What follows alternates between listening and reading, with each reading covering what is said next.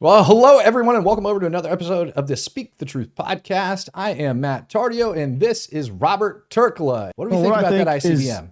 I see the ICBM floating around in the sky, going in the outer space, doing ICBM things, and it happens to just be launched a day after the election was called.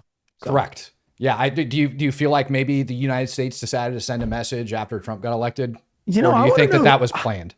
I don't know. I want to know who is. I would like to say that an ICBM launch was not just spun up within a 6-hour period, but maybe it is. I mean, I highly doubt it. I mean, you're talking about a lot of airspace. It's got to get close. I don't know, man. Yeah. But hey, check it out. I don't think that's the case. Got some really big news that's actually coming out of the Middle East today. Hamas wants an end to the war. Imagine that. There's also a huge uprising in Gaza, which is pretty freaking rad. We've also got, what else is it? The U.S. ended up doing a massive influx of fighter jets and troops into both Syria and Jordan last night. We're going to be going over that. A lot of you guys and gals in Europe, which I do apologize. Some of you guys may not be watching this anymore. Maybe we popped up on your feed today because you've watched this for so long, but you got kind of angry with us because we said that Trump was going to win, and then it happened. And I think you got even more mad because it actually did happen.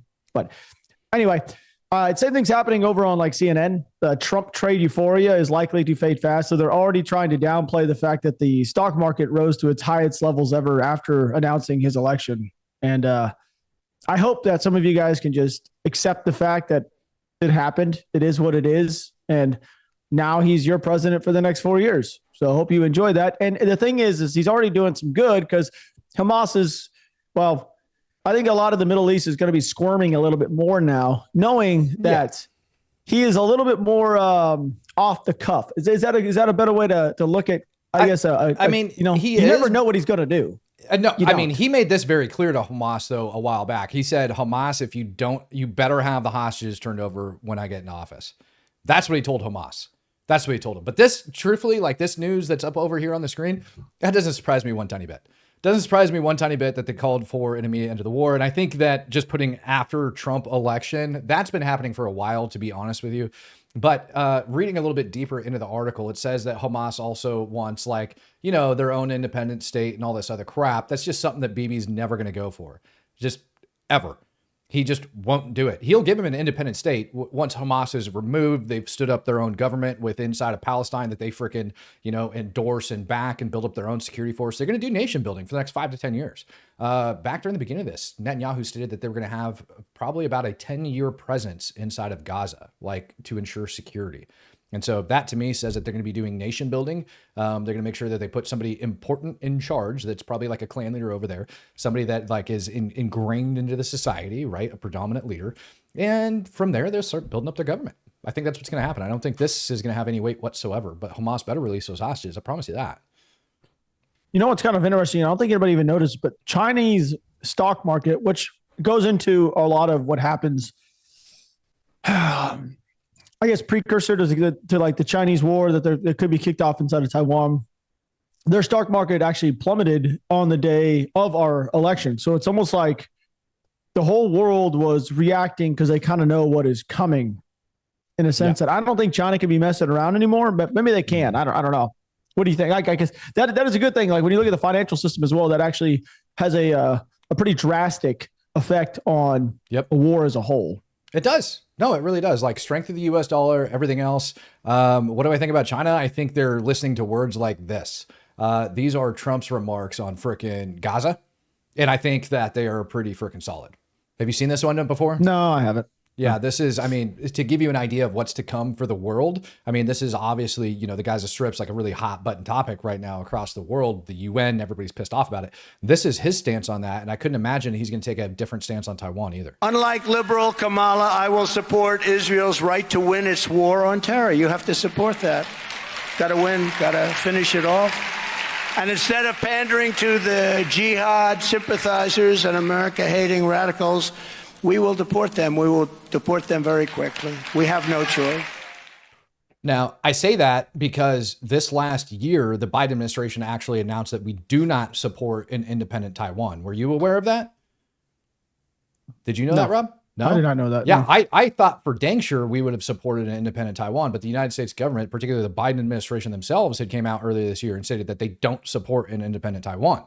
And after they stated that, China's been acting up like crazy. So I think Trump's going to do a lot of policy reversal over not just in the Middle East, but also with Taiwan and several of these other locations that everybody's worried about. The deputy commander of the IRGC has decided to act up again today, and he's talking more and more rhetoric about attacking Israel. And I think their rhetoric has gotten so freaking like insane over the last couple of days. I've seen open source intelligence rumors or rumor intelligence that the IRGC has, and I'm cautious with it, and I got to issue a retraction because I made a mistake the other day when I said there was 1,000 drones that were on their way. I should have clarified that and said there were reports of 1,000 drones being launched. We know that multiple drones did get shot down over the Iraq-Syrian border, but none of them ended up making their way into Israel that day. But the IRGC commander over here, deputy commander, is running his mouth on Israel again. So much to the point that overnight, the U.S. military has been packing in heavy into the Middle East. Up over in Syria, we had 6 C-17s and multiple C-130s landed in an air base, and it's said to include these aircraft. Obviously, they're transport aircraft. C-130s don't really fit that many troops. C-17s sure do. But they also fit a buttload of equipment is what they're able to carry on there. And what's being reported is that they have like air defense artillery assets that are on these, as well as like troops and other things. So it looks like we moved all of those in, but those aren't the only ones that moved into the Middle East, dude. So here we have Syria, U.S. troop presence increasing inside of Syria, particularly what's being reported is air defense assets. Then overnight going into Jordan, it looks like we have the arrival of multiple F-15 fighter jets into Jordan. They ended up getting escorted by KC-46A Pegasus refueling tankers to get their trip all the way from the UK down into Jordan. So what it looks like is that the IRGC is making such like threats, and there's enough intelligence at least to start bolstering even more U.S. presence over in the Middle East to prepare for a counterattack against freaking Iran. How well do you think that's going to pan out for them? Probably not too hot. I mean, no, it's not going to pan out hot at all. No, it's not not hot at all. And the reports that we're currently seeing coming in from over there are stating that the IRGC has been moving ballistic missiles, drone assets up over into Iraq and Syria in order to launch attacks on Israel. So we're not even quite sure that this attack is even going to come from Iran at this point. And we talked about that on the previous 2 episodes or something, going over like how their radar and guidance systems and all that crap had been screwed up. And if they want to launch those ballistic missiles, maybe they got to, basically piggyback off some other guidance systems from other countries, right? So we'll see how that ends up panning out for them, but it's not going to go too well. I don't think, I don't know. I think that, the Israeli conflict over there I think Iran is going to be changing their posture entirely now. Mm-hmm. I could be incorrect, and a lot of people could think I'm ignorant for saying this, but we know what Trump did when he was actually in office to Iran in Iraq, on Iraqi soil. Yeah. So I mean, and there wasn't really anything going on back then. If you really think about it, there wasn't like an Israeli conflict at all happening. There was like nothing that was really like it is today. No. Imagine the kind of support he's going to garnish now to just go over there and squash and help them squash whatever they can as fast as they possibly can. It's going to be good for him as an image. I mean, as image going to look really good. No, I 100% agree. And you know what? Like the support for him in both Israel and Ukraine is kind of a little bit more than I expected, to be honest with you. Starting off, Benjamin Netanyahu actually released this statement following the official announcement of Trump being elected. And he said, "Dear Donald and Melania, congrats on history's greatest comeback. Your historic return to the White House offers a new beginning for America and a powerful recommitment to the great alliance between Israel and America. This is a huge victory. In true friendship, yours, Benjamin and Sarah Netanyahu." So he ended up sharing this picture along with it. You already know that they've been buddies for a while. The one that's kind of crazy is you had Zelensky. He reached out. Of course, he's going to have to now. He's going to have to work with him. But that's going to be some really awkward conversations, I think. Now, I know a lot of people that are watching this right now don't really follow the Ukraine war very much anymore. A lot of America doesn't, to be truthful. So it's really not going to be hard for the Trump administration to kind of just let that thing run its course. It's really not going to be, because he's not going to, the American population is not going to look at him any differently for his actions inside of Ukraine. They're not going to. I don't think so. His actions inside of Israel, that would be a totally different scenario. 100%. Well, I don't know, man. I think his actions inside of Ukraine are going to be pretty clear coming up in this next screen grab I have of a statement that, what's his dang name, Zelensky made, right? And I think you're right. I think Americans would be pissed off if Trump actually ends up sending a lot more funding and stuff over into Ukraine. But as far as Israel goes, I think Americans are like hate terrorists. I don't know how else to say it. And so I see Trump having a lot of support for bombing the crap out of the Middle East and taking care of Iran once and for all, along with all of these jihadists and trying to get the U.S. hostages back. And I wouldn't be surprised if he even came out talking more about the U.S. hostages. I mean, when was the last time we heard the current vice president or president of the United States of America even mention that we have U.S. hostages still in Gaza?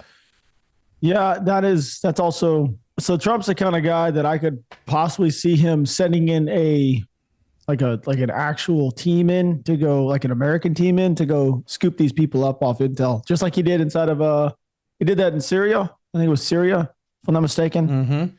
Mm-hmm. He was doing some really, like I said earlier, off the cuff type stuff.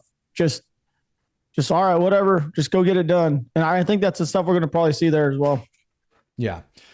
So here is Zelinskys statement on it. Let me blow this up a little bit bigger because in my opinion, these first two paragraphs are kind of, the crux of it.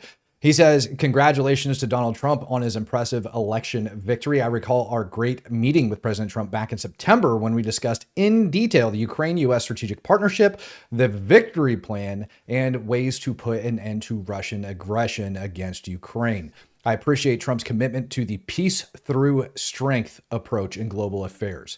This is exactly the principle that can practically bring just peace in Ukraine closer. I am hopeful that we will put it into action together. I think Zelensky is kind of happy that Trump got into office. We saw statements coming from Zelensky not that long ago about how he can't trust the Biden administration and how they're leaking intel, right? Or confidential information. We saw the same thing coming out of Israel. I think both these nations that are currently at war are tired of having these intel leaks and on the outward public facing appearance stating that they are wholeheartedly supporting both of these operations and at the same time not doing that.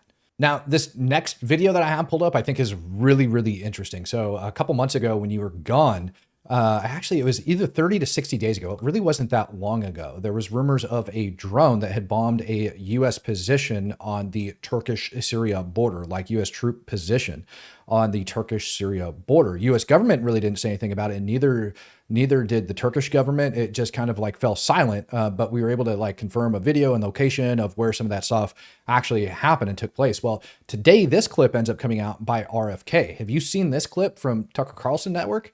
No, I don't watch that. Neither do I. Neither do I, but it's really interesting. I'm going to play this whole 1 minute clip in context because it's kind of important on the Middle East when we look at it. But it also, in my opinion, sounds like RFK just confirmed those U.S. troops being bombed. You ready? For them. Well, when I was on the plane the other day with President Trump, we were talking about the Mideast, and he took a piece of paper and he drew on it a map of the Mideast with all the nations on it, which most Americans couldn't do. No. And then he wrote in each country the troop strength. And he was particularly looking at the border between Syria and Turkey, and he said, we have 500 men on the border of Syria and Turkey and a little, encampment that was bombed. And he said, there's 750,000 troops in Turkey. There's 250,000 in Syria. If they go up against each other, we're in the middle. And he said to his generals, what's going to happen to those 500 men? And his general said to him, they're going to be cannon fodder. And he said, get them out. So we want a president who has that knowledge. He's going to ask those rational questions and then is going to make good decisions for the American public. Make sure I got this right. Trump on the plane the other day drew a map of the Mideast. He drew a map of the Mideast. An accurate map. Yeah, an accurate map of the Mideast. With troop strength. Yes, with troop strength in each of the nations.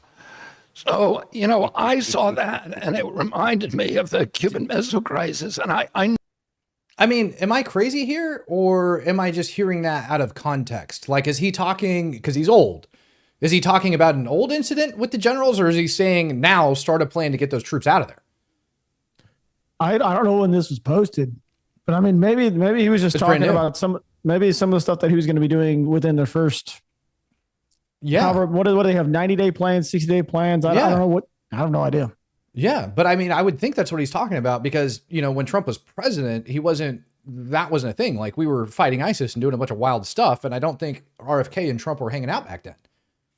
No, I don't think that's the case. Yeah, I think that's, I properly put that in context that he is talking to these generals and stuff now that he's president-elect because he's starting to develop those plans, right? He's allowed now to start getting those briefs and everything else and start understand what's going on before he gets into office. So it doesn't all dump on him on day one. It's just too much to understand. And I think that's exactly what RFK was talking about was that base being bombed. That to me is freaking nuts. That's absolutely nuts to me that actually happened because it was rumored to be a Turkish drone that did it. And obviously Turkey is supposedly a major NATO ally. It is like the largest NATO member next to the United States. They ended up committing more. At one point, they were the largest committed NATO force to Afghanistan behind the U.S. Well, this is the other thing is I think it's big bringing up talk about NATO. I think under the new administration, I think our support with NATO is probably going to diminish a little bit, especially financially, because if I'm not mistaken, he was very, very, very, very against the amount of money that America was giving towards NATO and the amount of money that NATO wasn't, or the members of NATO weren't actually putting up, especially for the war inside of Ukraine. You know what I mean? Like I'm pretty positive. I'm not going to go on the limb and say that's going to happen, but I could see him kind of ruffling the feathers of the other NATO members pretty good. I mean, do you know about that, or am I just speaking on my rear? No, I mean, we'll see what happens, to be honest with you. I mean, I could see him ruffling a lot of feathers. I don't see him taking very politely to a lot of different people, but we'll see. I mean, I don't know, you know, because a lot of stuff has changed over inside of Turkey. Turkey came out with some pretty harsh statements over towards Israel over this last year. You know what I mean? Like, so what is NATO's mission right now? NATO's mission right now, the same thing that it's always been, deter Russian aggression. I mean, that's really what the whole purpose of NATO is. And so now, but they're not doing it. I mean, NATO troops are supplying weapons and equipment, right, to Ukraine. But I mean, as far as deterring Russian aggression, it actually looks to me more or less like we're giving in to Russian aggression at this point.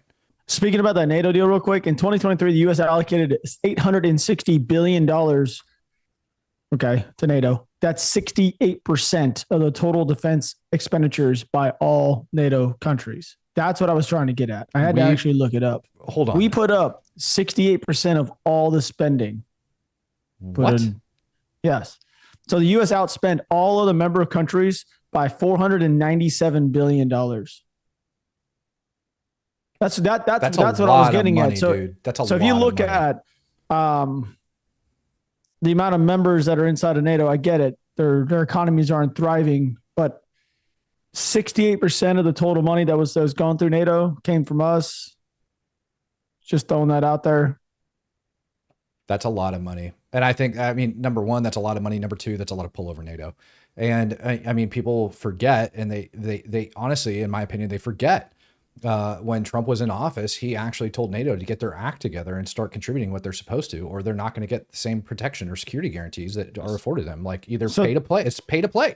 And because of him doing that, they ended up discovering that Germany really was in freaking dire straits when it came to like their dedicated NATO unit that they had. And they were using their vehicles for like spare parts and stuff. And so it forced them to get their act together. And all of that happened just in time before Russia acted up.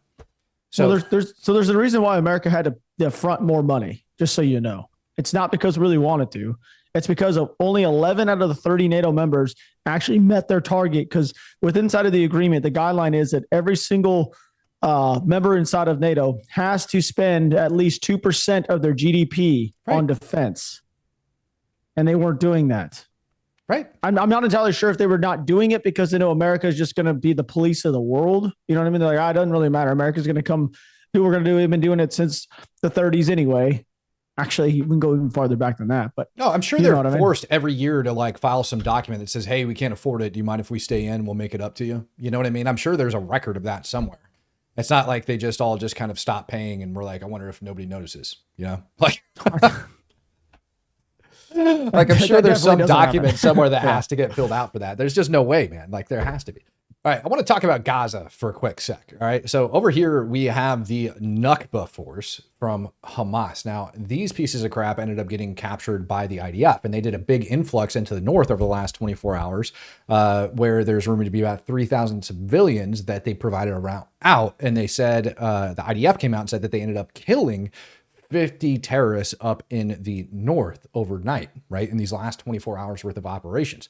But more so than that, dude, what's wild to me is obviously we ended up having Sinwar get killed, right? We saw that happen with our own two eyes. And then just the other day, Hamas actually announced the death of Mohammed Deif, right? And Israel was attempting to confirm his death for a long time. He's the commander of Hamas's like militant wings or the Al-Qassam brigades. So Mohammed Deif's dead, Sinwar's dead, and all prior to that, it looked like Hamas was operating about 25% strength, with about 50% of them either KIA or WIA, 25% defected, and about 25% remaining. Well, following Sinwar's death and following this announcement of Mohammed Deif, it looks like they're actually surrendering in even greater numbers. Now, those greater numbers, Rob, have led to this. This is civilians ticked off inside of Gaza that are rioting because of the soaring prices in the markets over there. Does this remind you of anything? The whole world at one point? Well, the whole world at one point, but how about people inside of Iraq getting pissed off after the collapse of Saddam Hussein, right? And you had all of the people that started rising up and being like really upset. And so the way I see this, right, the way I see all of these people acting, and I got a video of Hamas actually firing warning shots and stuff like that at these guys. And we'll play that just for a sec so people don't pretend like I'm lying about that. But my opinion is that Hamas is currently losing control over Gaza. I don't think they have solid control over Gaza anymore. Too many of them are surrendering.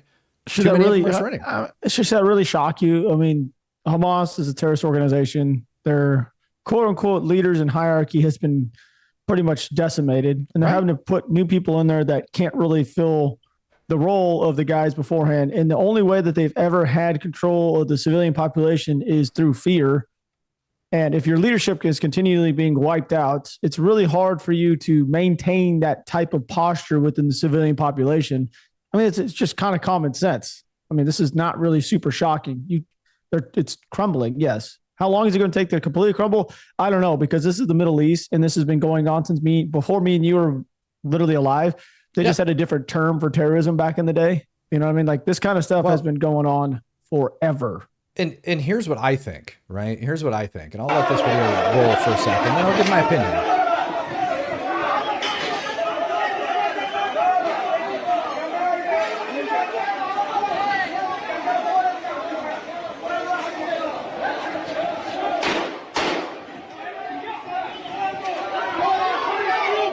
Now, what you heard in the background was warning shots, gunshots, boom, boom, right? And that is Hamas shooting, warning these people to stop the rioting and stop doing everything. My opinion is Hamas is like straight up lost control. I don't think that they have the weapons and equipment that they require because they've been cut off. And I can cite numerous incidents that would validate that. I think they do have communications with the IRGC. I think they do have communications with Hezbollah, but their ability to launch any large-scale attack doesn't exist. When Iran launched their ballistic missile attack not that long ago on Israel, it was coordinated with Hezbollah and it was coordinated with Hamas. There was an active shooter that went roaming the streets inside Tel Aviv, shooting and killing a couple people, right? At the same time, Hezbollah ends up launching a lot of rockets at Israel, and the ballistic missiles end up getting timed right. All three of those events ended up occurring right around the same time. And so you've got this coordination between all three. Hezbollah is launching a crap ton of rockets. Iran is launching ballistic missiles. Hamas is like, we got an active shooter, and throws it up over there. So I don't think they have the ability to actually conduct any large scale attacks. I think they have communication, but I think they've been cut off from Iran. I don't think they have any material support from them whatsoever inside of Gaza. That is causing them to lose power, lose control, and causing people to defect, like we see in this video right here.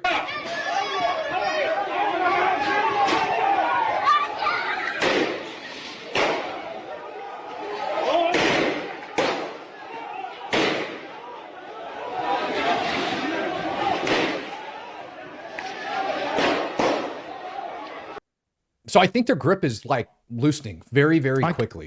I could smell this video, by the way. Yeah, I could see that. I could smell this video. As weird as that may sound, I could smell that video. Right. So you and me both, buddy. You and me both can smell that video. Like seriously, we can both smell it. I think that this fighting, like what's taking place right now, is essentially we're going to start having a power vacuum.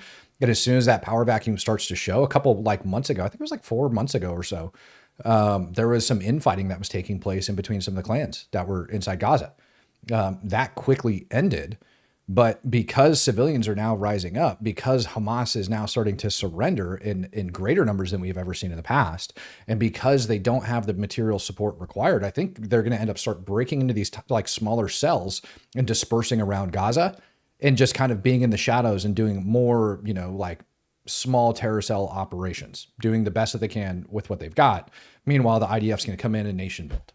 I think that's what's going to happen over the next probably in about 4 months. I would assume we'd start seeing, Israel start taking active steps towards that, as long as Hamas keeps surrendering and disappearing at the rate that they are. So that's my prediction on it. That's what I think. And as soon as that security's in, like right about that time, we'll probably see Trump coming into office. And then whether or not the hostages are released are going to depend on whether or not I think U.S. forces at that point in time would be allowed to conduct operations to go in and get our hostages back. I've spoken to a couple tier 1 dudes, and they're essentially of the thought process of, and it's something that nobody wants to talk about, by the way, I guess before we get into this next segment, it's something that nobody wants to talk about, is that these hostages, the U.S. ones, they're dual citizens of Israel and of the United States of America, but they were also serving in the IDF. And so I think that it kind of creates like a little conundrum for the administration on whether or not they should go after those people. The legalities of it, I'm not 100% certain of, to be perfectly honest with you, because they were serving in the military, even like whether or not they were acting in their official capacity at the time, or whether or not they were just like on the border at a music festival party, whatever. I don't think it really matters because they're, military. So I don't know. We'll see what ends up happening. But the tier 1 guys I talked to were a little bit upset over the suggestion, basically, that U.S. lives would end up getting risked to go after members of the IDF to essentially conduct hostage rescue operations for the IDF. They obviously are willing to do it, but there comes a point where it's like, okay, is this, at what point do we stop sending our nation's best to go die for people who chose to put their life on the line anyways? Mm-hmm. So makes sense. Yeah. All right. This video, Rob, this video that's coming up right here, probably my favorite video out of the election. You ready for this? Okay. So you asked, are there any places that the vice president is overperforming Joe Biden in 2020? So we could show you that as well. We just bring that out here. Harris overperforming in 2020. Holy smokes. There you go. So let this go away and see if there's anything on the east side there. Literally nothing? Literally nothing. Literally not one county? So you asked, are there any places that... Are there any places that Harris is outperforming Biden from 2020? And they opened it up with such confidence that was going to exist. And then the response? Nothing? Literally nothing. Literally not one county? Places. That's actually kind of funny. And that had to have been happening when you and I were running through the election, being like, dude, I'm like, what was it? Like 9 o'clock, I think, like right around 9 p.m. our time. We were like, so 10 p.m. Eastern Standard Time. We're like, yeah, it's probably over. Right. So the thing is like human beings are kind of funny. They stick with their, they make a lot of decisions based off emotions for the most part. And I've done a really good job, I think, on being able to make a decision, especially in business, non-emotionally. Now, stuff like what you just pulled up on the screen right there with Jen Psaki, her amount of hate that apparently she has for Elon. I haven't watched this video, but I'm really excited. I don't know what it is. I mean, go ahead and run it, and I'll continue on what I said. I think this is a big, huge part of the story that it's hard to even digest fully at this moment. But you have Elon Musk, who owns Twitter, X, whatever we're calling it these days, X, who is a disinformation propagandist and now has could potentially have a direct line to the Oval Office. I think this is a big... They get so angry because they dislike someone so much that they can't see past their own nose. Elon, what she doesn't understand and she doesn't like is Elon legitimately gave every single American the ability to have freedom of speech on a platform, and they hate it. Correct. Like, I don't know why people don't understand that. Elon legitimately gave people the ability to speak and say whatever they want, and they absolutely despise it because he was for the other side. It's within reason, you know what I mean? And there is guidelines and stuff like that on there. And you do get the benefit of having community notes and things like that that end up getting added to posts. Hey, so community notes are really good. They've been really good so far. It's not so much disinformation. I've seen community notes go the other way as well. I had, dude, you remember, we were talking about the account Mario, right? Mario Knopfel or whatever. Dude, I ended up for like, no kidding. I ended up for like hours one day, 2 weeks ago, for hours, ended up demanding and like reporting and calling him out on his posts because he was putting out false information. Whoever was running his account was actually putting out a lie. They were misquoting government officials, and that's not good. And as soon as I would tag community notes, that post would get taken down, and then they'd repost it with another twist added to it until eventually we kind of got towards it. So the community notes and things like that work. Calling people out, doing things like that actually work. And I think, I don't know. I mean, there is a lot of misinformation on it.